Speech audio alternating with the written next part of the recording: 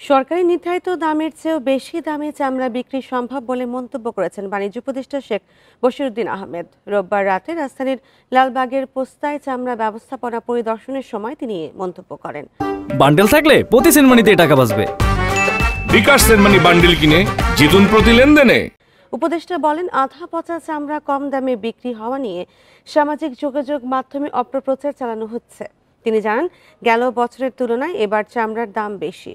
লবণহীন চামড়ার ন্যায্য মূল্য না পেলে এতে সরকারের দায় নেই, এর মূল্য ঠিক করবে বাজার ব্যবস্থাপনা কমিটি।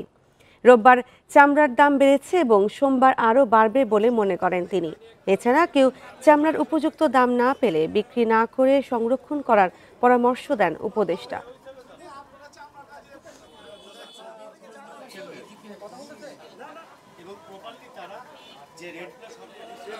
মৌসুমি ব্যবসায়ী যাদের চামড়া সম্পর্কে কোনো ধরনের কোনো অভিজ্ঞতা নেই, তারা চামড়া নিয়ে আদা পচা করে ফেলছে। এই আদা পচা চামড়া 700-800 টাকায় বিক্রি হতো অনেক বেশি, আর যেটা ভালো চামড়া এটা 1200-1300 টাকায় বিক্রি হচ্ছে অলরেডি। এবং আমরা আশা করি আমরা স্থানীয়ভাবে মজুদ এবং লবণ দেওয়াকে মানে উৎসাহিত করার মাধ্যমে আমরা চামড়া সংরক্ষণ উপযোগী এবং মজুদ উপযোগী করেছি।